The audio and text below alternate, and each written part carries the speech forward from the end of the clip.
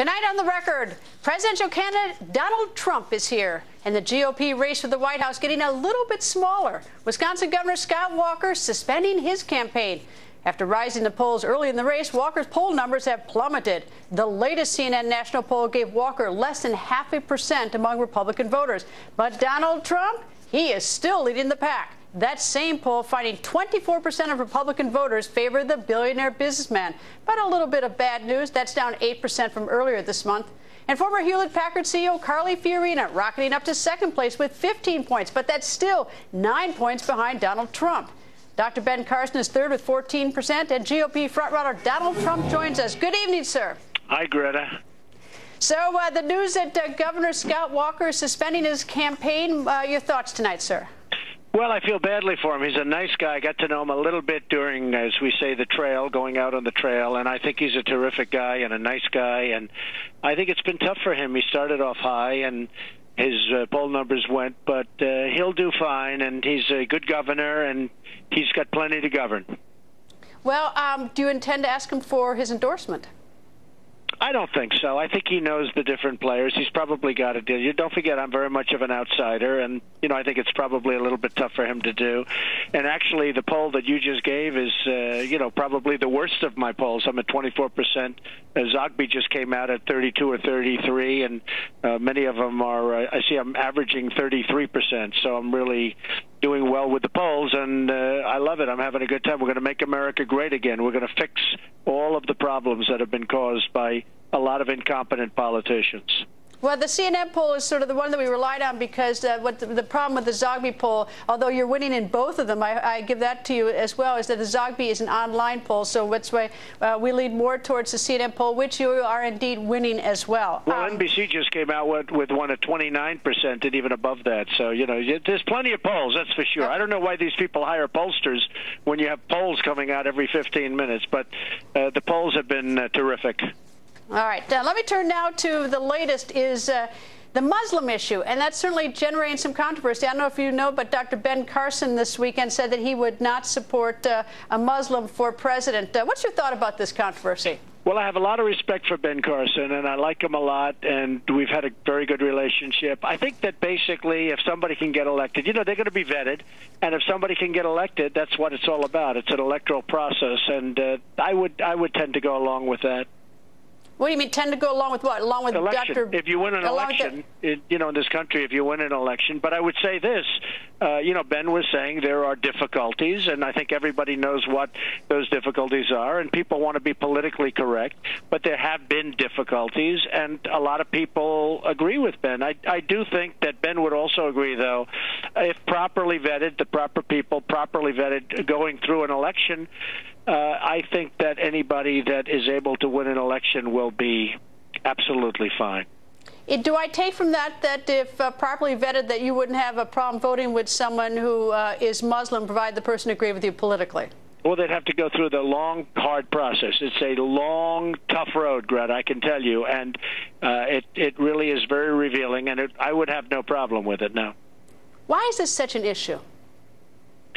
Well, you look at what's happening. I mean, the world has got some terrible terrorism problems, and it seems to be mostly in that area. And I think that a lot of people see it, and they see what's happening, and they turn on their television every night, and they see all of the tremendous damage and destruction that's being caused. And they hear about ISIS, and they figure ISIS is not exactly located in the middle of Sweden. I said the other day to somebody, I don't notice too many Swedish people going back after the bombing of the World Trade Center. So it's a problem. It's a big problem, and it's a problem that's going to have to be solved, and it has to be solved quickly. Is there, in your mind, a difference between moderate Muslims and radical extremists, or do you see no difference? No, of course there's a difference, and we're not talking about all. I know some people, some Muslims who are friends of mine who are great people, fantastic people, and they are concerned with radicalism, very, very concerned with radicalism, as much as you are, as much as I am. But you do have a problem with the radical Muslims and the whole thing that's going on around the world. And, a lot of people don't want to hear about it. They think it's not politically correct to say whatever you want to say about it, but the problem exists, and we have to talk about it. All right. You and I haven't spoken since your town hall in New Hampshire, in which someone asked you a question and said that President Obama was Muslim and non-American. I think is essentially what he said. Why didn't you say something? Well, number one, I don't like talking about somebody's faith. I think it's inappropriate for me to. Number two, somebody was asking a question and actually making a statement, and it's not my job to, frankly, defend the president. The president is capable of defending himself. And I sort of said to myself, almost there thinking, I said, should I speak up? And the fact is, this is the first time in my life I didn't say anything, and it was a big story. Usually I have to say something. This was a case, in fact, people sort of smile about it. I didn't say anything, and it became this massive story and probably led to, Ben's story, because Ben's going, I have a very good relationship with Ben, and Ben's going through a lot with this whole situation. But this gentleman got up, and he made some pretty strong statements, and I think that President Obama will be able to defend himself if he wants to. I know one thing, he's not going to defend me. If somebody says something about me, Greta, he's not defending me. That I know for sure. Actually, I'll give you that one, Donald. I think that's probably. I do probably think that is true. I don't think people defend each other much in politics. All right. You also were quoted today, and correct me if I'm wrong, that Carly Fiorina was robotic. Now, I mean, I can understand you saying that you disagree with her business or disagree on some policy, but you took a swipe at her saying she's robotic. What's up with that? Well, a few things. Number one, I've heard her speak numerous times, and she uses many of the same lines, and many of them I can quote exactly word for word, and it comes out like a robot. And frankly, if you hear her for periods of time, you get a big, fat, beautiful headache. And I've seen this, and I've watched it. And much more importantly, if you look at Hewlett-Packard, and if you look at Lucent, which nobody even talks about, but Lucent might have been a bigger disaster than HP, she was a disaster at running these companies. She was a total and complete disaster. The head of the Yale Business School came out with just a report saying one of the worst chief executive offices ever. Forbes has had articles that talking about what a terrible job she did. I mean, she was an absolute disaster. Now, she ran then after failing at HP and failing badly at Lucent. At both of them, she failed badly. The stock went down the tubes, and the company went down the tubes. Look, HP just let go of 25,000 people last week, which they say is still the remnant of Carly. So all of the thousands and thousands of people that have been let go. Then she goes out and she runs for the United States Senate against Barbara Boxer, who she criticized actually in a lot of different ways, but she lost in a landslide. She got killed in that election. So now she's running for president. So I don't quite get it, but, I don't always get everything. All right, well, so this is what I don't get. In listening to everything you said, you have all these arguments against her on, business arguments. What I don't understand is the robotic comment. Is that, every once in a while, down you slip and you get personal and you take a swipe, and if you've got all this other ammunition. You don't think calling someone robotic? No, I don't think that. No, she stands and the words come out. And a lot of times, and in fact, I read this just the other day. In fact, I used the word robotic in a story. The words come out, and they're the exact same words that she used the day before and the day before. It's very interesting. But if you watch and if you see, you will see exactly what I'm talking about. No, I find it to be very robotic. And I think a bigger problem, frankly, is her horrible tenure at various companies that, frankly, were destroyed. We don't have to have the United States destroyed from an economic standpoint. We have a lot of problems in this country. The last thing we need is the person that ran HP and Lucent to be running the United States. All right, Russian military buildup in Syria. That's something that is disturbing. What would you do about that? Well, I tell people all the time that if I'm leading in all the polls, and frankly, I don't want people to know. I want to have I want to have the ability to do what I want to do without everybody knowing exactly what I want to do. So I don't want to have Putin and all of these other people hearing what I am going to do. Yeah, but you're just telling us then to guess. I mean, you really need to sort of make your case as to what, if this is an important issue. And, we're looking for solutions, and we're looking for strong leaders to solve these very important issues. You're telling us, like, well, just vote for me. I mean, like, American people really want to, get some idea of what you think you would do to fix this problem. Greta, you have to be in a position where people have to be able to guess. They can't have you be so consistent that they know every single move you're going to make. For one thing, I would probably, because you can't always guarantee it, but I would get along with Putin. I would most likely, which the president right now doesn't. But as far as Syria is concerned, if Putin goes in there and if he's able to knock out ISIS, which he has a big reason to do it because he doesn't want them coming into Russia, frankly, and other places, but if he goes in and knocks out ISIS, to me, that's not the worst thing I've ever heard of. And I've told that to people, and they love what I had to say. We're going in, we're fighting ISIS on behalf of ourselves, and who are we helping? We're helping Assad. Assad must think we are the dumbest people on earth because ISIS wants to fight Assad, but they can't get through us because they're fighting us. If Russia wants to go in and do the job on ISIS, it would be something that I would not be extremely concerned about. That I can tell you, Greta. At the same time, I don't want people to know all my thoughts because I do have a good chance. And if I'm there, I don't want people to go back to your show and say, well, this is what he's going to do. I don't want them to be able to figure me out. You know, if General Douglas MacArthur and if General Patton ever heard, and some of the great generals ever heard all of this talk, this political talk, they would be spinning in their grave. You want to go in, do what you have to do without telling the world about it. All right, the question I asked Governor Chris Christie the other day, if you had 15 minutes with the Pope, who's visiting the United States this week, what would you, if just the two of you, what would you talk about? What would you ask him? Well, I think I talked to him about a lot of things, mostly religion, but I would ask his views on global warming because, believe it or not, he seems to be getting extremely political, and he seems to feel strongly about the whole global warming situation, which I disagree with him on, and I would actually talk to him about that to see if he's serious about it. And Anything else?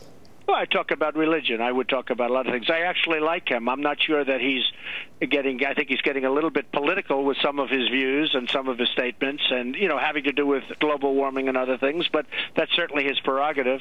But I would certainly like to talk to him. I think he's a terrific guy.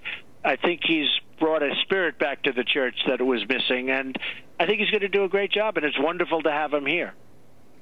Donald, nice to talk to you. Thank you, sir, for joining us. Thank you very much, Greta. Wisconsin Governor Scott Walker was once a leading GOP candidate in the 2016 race, but a swift reversal of fortune saw Walker's poll numbers plunge. Just a short time ago, Governor Walker making it official, suspending his presidential campaign. Today, I believe that I'm being called to lead by helping to clear the field in this race so that a positive, conservative message can rise to the top of the field. With this in mind, I will suspend my campaign immediately. I encourage other Republican presidential candidates to consider doing the same so that the voters can focus on a limited number of candidates who can offer a positive, conservative alternative to the current frontrunner. This is fundamentally important to the future of the party and, more importantly, to the future of our country.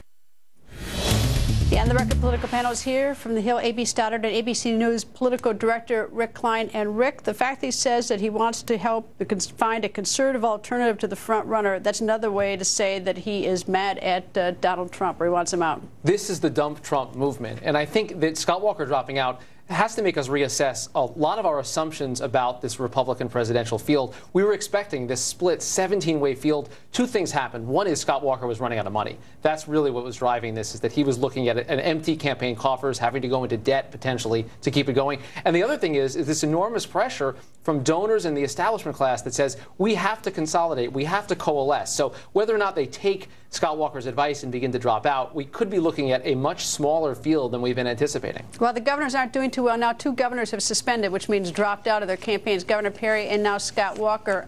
Who does Governor Scott Walker support, do you think? I don't know. He's obviously not going to make an endorsement. He and Perry were conservative governors. This is an amazing transformation in terms of what the conventional wisdom is about what the party wants and what they were set to do after the age of Barack Obama, a junior senator who became president.